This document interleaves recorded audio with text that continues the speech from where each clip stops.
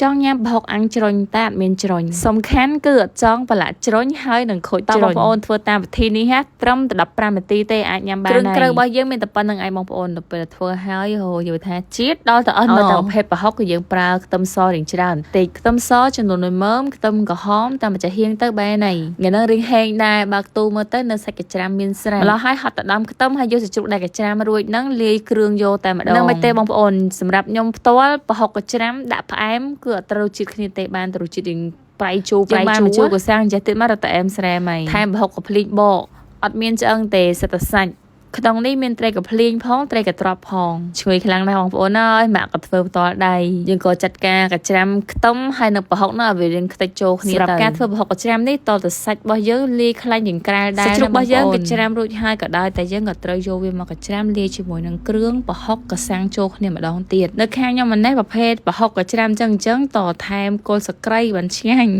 និយាយទៅវាតាមទម្លាប់អ្នកញ៉ាំបងប្អូនចង់ធ្វើញ៉ាំតាមផ្ទះអញ្ចឹងធ្វើតាមវិធីហ្នឹងទៅងាយស្រួលលឿនហើយវាចំណេញពេលសម្រាប់រសជាតិវិញក៏វាអត់ខុសពីយើងអាំងលើជ្រុញមកដែរអីរៀងខ្ទេចចូលគ្នាគ្រាន់តែអញ្ចឹងយើងក៏ដាក់ស្ករត្នោតចូលកន្លះស្ព្រាបាយកុំថាតែប្រហុកកាច្រាមតែប្រហុកកប់នៅខាងខ្ញុំក៏ខុសគ្នាដែរបងប្អូននៅខាងខ្ញុំណែគឺគេ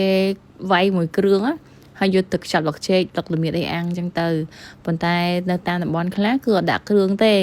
កាច្រាមប្រហុកជាមួយកសាំងអីចឹងហើយខ្ចប់លឹកចេកអាំងតែម្ដងយើងបែងចែកថាម្ហូបតាណាត្រូវតាណាខុសបានទេព្រោះថាម្ហូបទាំងអស់ហ្នឹងសិតតែជាម្ហូបតាមតំបន់អត់ទៅប្រភេទប្រើប្រហុកច្រើនអញ្ចឹងយើងដាក់រសជាតិផ្អែមទៅអត់ត្រូវគ្នាទេវាឆ្អាបចុងមាត់ហើយពេលដែលយើងញ៉ាំច្រើនទៅឆាប់តលាន់តែបើដាក់រសជាតិយើងជូរប្រៃអញ្ចឹងបងប្អូនអើយដាក់លក់ឲ្យគ្រប់បុកចុងមកញ៉ាំបាយអស់10ចានពេលដែលយើងបៀកគ្រាន់តែយកស្លឹកចេកចាប់ប្រហុកមកហើយយើងយកកាំបិតប៉ាំងតោនោះបៀកវាឲ្យស្ដើងលហៀកតែបងប្អូន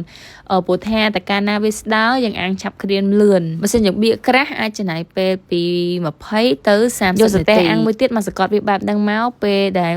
អាំងឆ្អិនទៅឃើញតែយើងអាំងនៅលើស្ទះចឹងរបៀបថាយើងអាំងរៀងក្រៀមពីលោចឹងបងប្អូនឈ្ងុយក៏ឈ្ងុយញ៉ាំរៀងស្ងួតចឹងឆ្ងាញ់បៀកមកសតេអស់ហើយចាប់ផ្ដើមមកបៀកមកសតេទៀតជោគប្រាអស់តែប្រហែលជា2-3ខាំទេបើថាសាច់ញ៉ាំវិញណា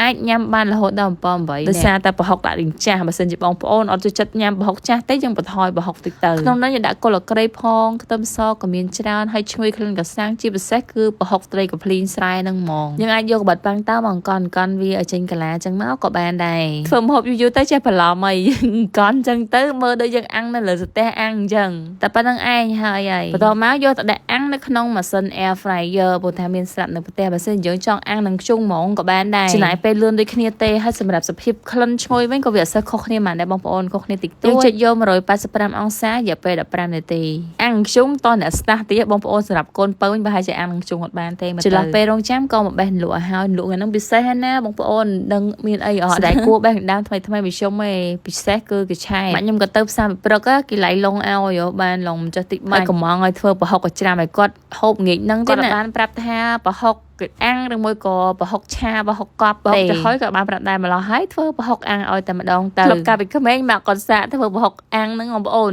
អាំងជ្រុញក៏